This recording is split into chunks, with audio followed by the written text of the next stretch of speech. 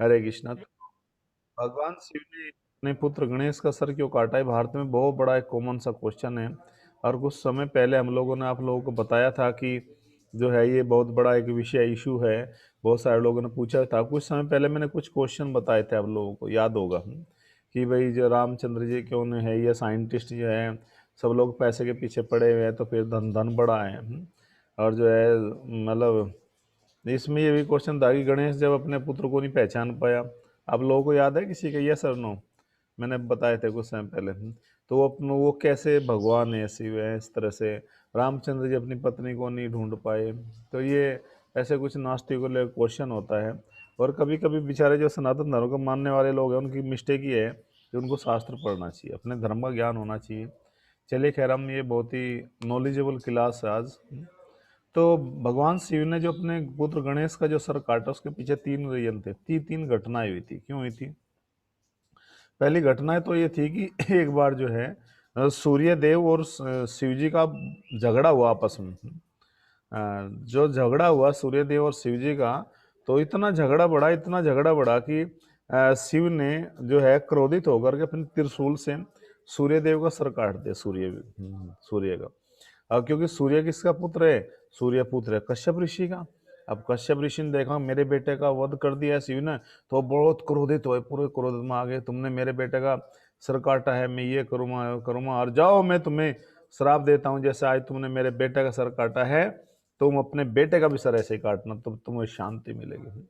इस तरह से होता है ना, कभी कभी क्रोध इतना हो गया है। कश्यप ऋषि हालांकि क्रोधित नहीं होते, लेकिन फिर भी उन्होंने क्रोधवश शिव को श्राप दे दिया, और इसीलिए जो है इस तरह से जो है ये घटना का एक रीजन ही है।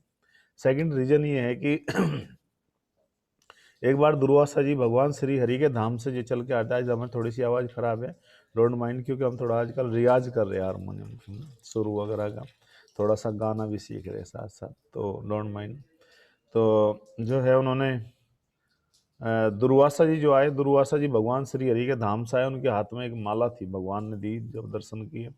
तो जैसे ही दुर्वासा जी आ रहे थे अपने या रास्ते से, उसी मार्ग में उनको इंद्र दिखाई दिया। इंद्र अपने हैरा हाथी के ऊपर था, और इंद्र जैसे ही हाथी के ऊपर बैठा हुआ था, तो इंद्र ने वहां से ही प्रणाम किया दुर्वासा जी को, और कहा कि आपका आशीर्वाद है, तो लक्ष्य कुशलक्षेम पहुंचा।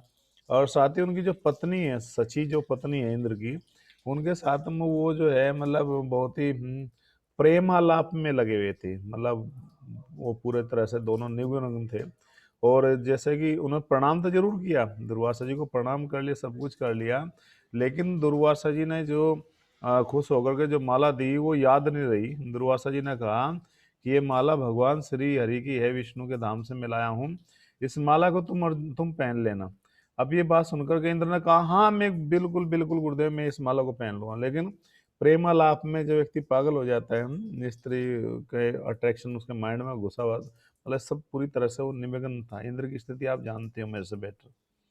तो तभी क्या हुआ कि इंद्र की ये स्थिति देखी, तो जो है इंद्र इस चीज को भूल गया, और जैसे ही इंद्र इसको भूला, तो वो बड़ा मतलब उसने वो माला को ले करके क्योंकि दुर्वासा जी ने कहा था जो इस माला को पहनेगा भगवान के समान शक्तिशाली हो जाएगा।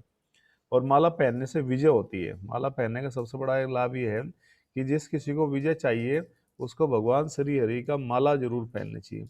तो जैसी वो माला उन्होंने पहनी हूँ और अपने हाथी को दे दी, अपने हाथी को दी, तो हाथी तो जो है हाथी ने पहन ली। अब जैसे ही हाथी ने उस माला को पहन ली, इंद्र को याद नहीं रहा, इंद्र बिल्कुल जो है पत्नी के साथ प्रेमालाप में लगा हुआ था अपनी पति सची के। अब ये देख करके जो है वो हाथी तो पूरा मतवाला हो गया, उसको वो पूरी शक्ति मिली क्योंकि उसको माला पहना दी गई। अब हाथी ने जब वो माला पहनी, तो जो है वो बहुत शक्तिशाली हो गया।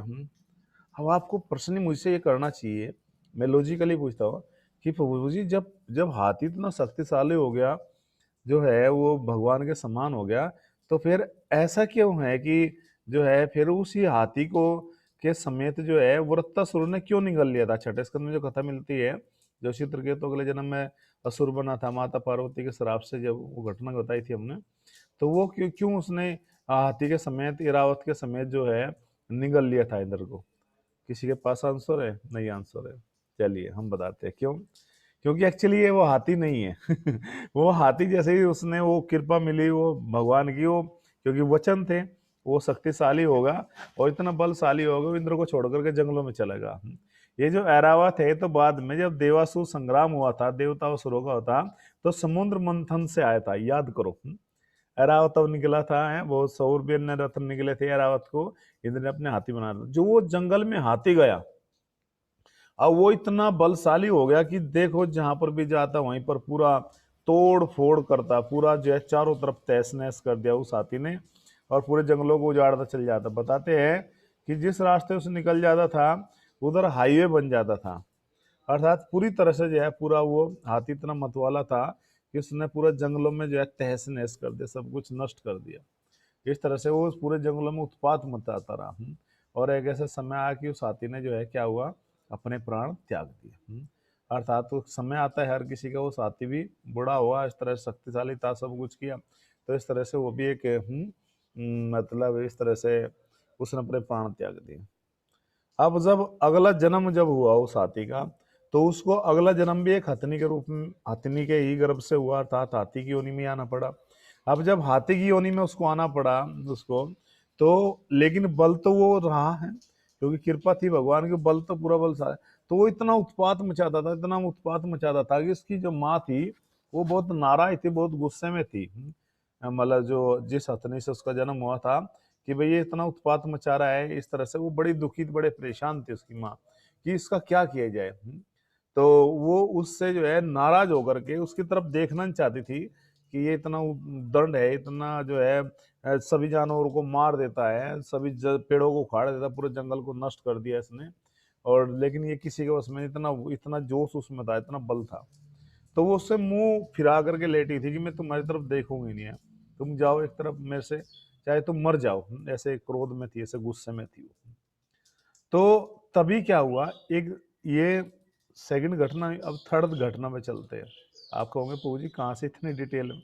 हाँ बिल्कुल डिटेल में है सब चीज़ें, क्योंकि ये तो हम ढूंढते नहीं, ढूंढते तो मतलब फिर उसके पीछे बहुत रीजन होता है, हर घटना के पीछे एक जर्नल रीजन नहीं होता। जैसे हम क्वेश्चन कुछ ही पूछ ले, उसके पीछे कई कई रीजन होते हैं। तो तभी क्या हुआ कि एक बार की बात है कि माता पार्वती और जो है शिव जी कैलाश पर रहते थे, उनको दो पुत्रों की प्राप्ति हुई। पहले पुत्र गणेश और दूसरे पुत्र कार्तिकेय।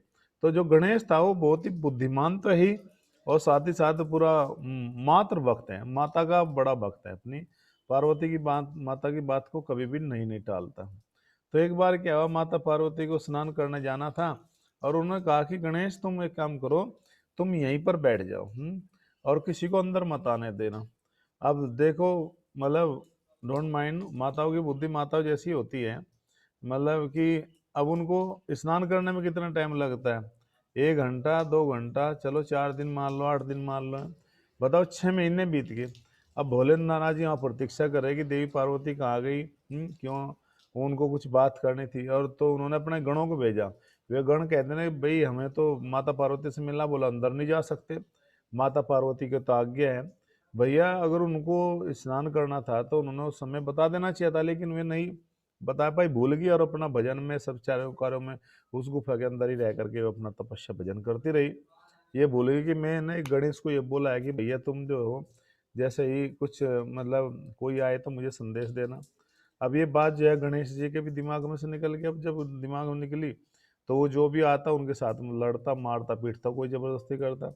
अब ये शिव जी ने देखा भैया तो बड़ा गलत मामला है, कि जो है इस तरह से ये गणेश तो किसी के वश में नहीं आ रहा है। अब शिव जी गए, शिव जी के साथ में वही झगड़ा मारपीट। अब शिव जी को बड़ा क्रोध आया कि ये बदतमीज क्यों कर रहा है। शिव जी ने समझाने का प्रयास किया, लेकिन गणेश ने वो बात किसी की भी नहीं सुनी। अब जब बात नहीं सुनी तो शिव जी का क्रोध और बढ़ता गया, और तो बढ़ता गया, इतना वाक युद्ध हुआ कि वाक युद्ध के बाद में शिव जी को इतना क्रोध आया कि अपने त्रिशूल से गणेश का क्या कर दिया, सर काट दिया।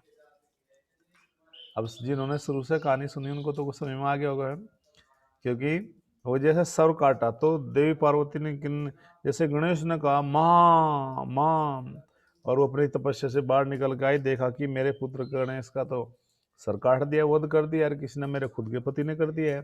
तो शिव के ऊपर बहुत क्रोध होता, इतनी क्रोध होती, पूरे क्रोध में लाल हो गई, कह रही कि मैं भस्म कर दूं सृष्टि का नाश कर दो, क्योंकि जो पार्वती जी है वो तो दुर्गा जी है। अब भोलेनाथ जी ने देख लिया भैया स्त्री के सामने जो है स्त्री हट, घोड़ा हट, राजा हट, इस तरह कुछ बातें होती है कि जो अपनी बात पड़ जाए, अब इनको कुछ समझ में तो आने वाला नहीं है। तो पूरा क्रोधित हो गए। तो शिव जी बिल्कुल शांत हो गए। अपने आचरण से भोलेनाथ जी समझाते हैं कि जब कोई स्त्री बिगड़ जाए, उसका पूरा क्रोध में आ जाए, दिमाग उसका सही मर्यादाओं से परे हो जाए, तो उस समय शांत रहना चाहिए। तो शिव जी ने अपनी गलती मानते हैं बिल्कुल खड़े रहे। वो पूरे क्रोध में थी कि मैं सब कुछ ये कर दूंगा कर दूंगा। अब देखा भगवान विष्णु ने भैया कहीं ये शिव जी के साथ में कुछ ऐसा ना करते, उल्टा कुछ ऐसा श्राप वराप कुछ ना हो जाए, तो ये तो मिस्टेक हो जाएगी। तो भगवान विष्णु ने उनको झगड़ा समझाने के लिए तुरंत वहाँ पर आए। कहा कि क्या मैटर है। तो उन्होंने मैटर बताया कि इस तरह से मेरे पुत्र को मार दे, इस तरह से। तो भगवान विष्णु ने कहा कोई बात नहीं, इसका इलाज हम करेंगे, मतलब इसका सोल्यूशन हम ढूंढ कर लाते हैं। कहा कि आपको पुत्र जीवित चाहिए ना, कि हाँ ठीक है। तो भोलेनाथ जी से डिस्कस किया, कहा कि सृष्टि में केवल ऐसा कोई जो मतलब जिसकी माँ उससे मुंह घुमा करके सो, मतलब अपने पुत्र से प्रेम न करती हो, अलग हो, ऐसे पुत्र को ला सकते हैं। ऐसे पुत्र को ला सकते हैं जिससे उसकी माँ प्रेम कर रही हो। तो देखा कि सब जगह घूम ले, तो एक हथनी अपने पुत्र से जो है मतलब मुंह घुमा करके दूसरी दिशा में लेटी हुई थी। तो भगवान विष्णु गए और उन्होंने जो वो हाथी था, जो बच्चा ही था उस समय, उसका जो सर को जो है काट करके ले आए और ला करके गणेश जी को जैसे कहा, और माता पार्वती को कहा कि देखिए आपका बेटा हमने जीवित कर दिया है। तो माता पार्वती का क्रोध और बढ़ गया। बोला मेरा बेटा क्या हाथी बनेगा, क्या मेरे बेटे को जो है हाथी का सर लगाएंगे। तो भगवान विष्णु ने कहा कि ये कोई साधारण हाथी नहीं है, बल बुद्धि में बहुत ही जो है तेज होगा है। और जाओ, मेरा आशीर्वाद है कि इसका नाम गणेश के नाम से जाना जाएगा। और ये पूरा ब्रह्मा विष्णु महेश हैं कि जो है सब लोग जो है इसकी स्तुति, सभी देवताओं में सबसे पहले पूजा होगी, इसकी अग्रणी पूजा होगी। इसलिए गणेश का मतलब होता है गण मैंने देवता, इस मैंने अधिष्ठात्र स्वामी है। जो देवताओं का जो स्वामी है, देवताओं में जो प्रमुख है वो गणेश जी हैं। तो गणेश जी है, इसलिए इनकी पूजा सबसे पहले होगी। इनके बिना कोई भी जो है कर्म कांडा कार्य नहीं होगा। कर्म कांड के सेक्शन की बात की जा रही है, भक्ति के नहीं। भक्ति में तो हम विघ्नहर्ता के रूप में नरसिंह देव भगवान का आह्वान करते, क्योंकि हम विष्णु तत्व ही इस तरह से जो है। तो गणेश जी के सर काटने के पीछे ये रहस्य था। तो अब और किसी वक्ता को क्वेश्चन है, को कमेंट है, किसी को बात समझ में ना आई हो, यहाँ भी कुछ क्वेश्चन हो सकता है किसी के मन में। एक मिनट में आप लोगों का तो हम जो हमारा जो बचा हुआ सेक्शन है उसको हम कल लेंगे। बाकी आज थोड़ा सा बैटरी का प्रॉब्लम है। यस प्लीज़, अब किसी के वक्त को क्वेश्चन है तो पूछ सकते हैं। मैंने आपका स्पीकर खोल दिया।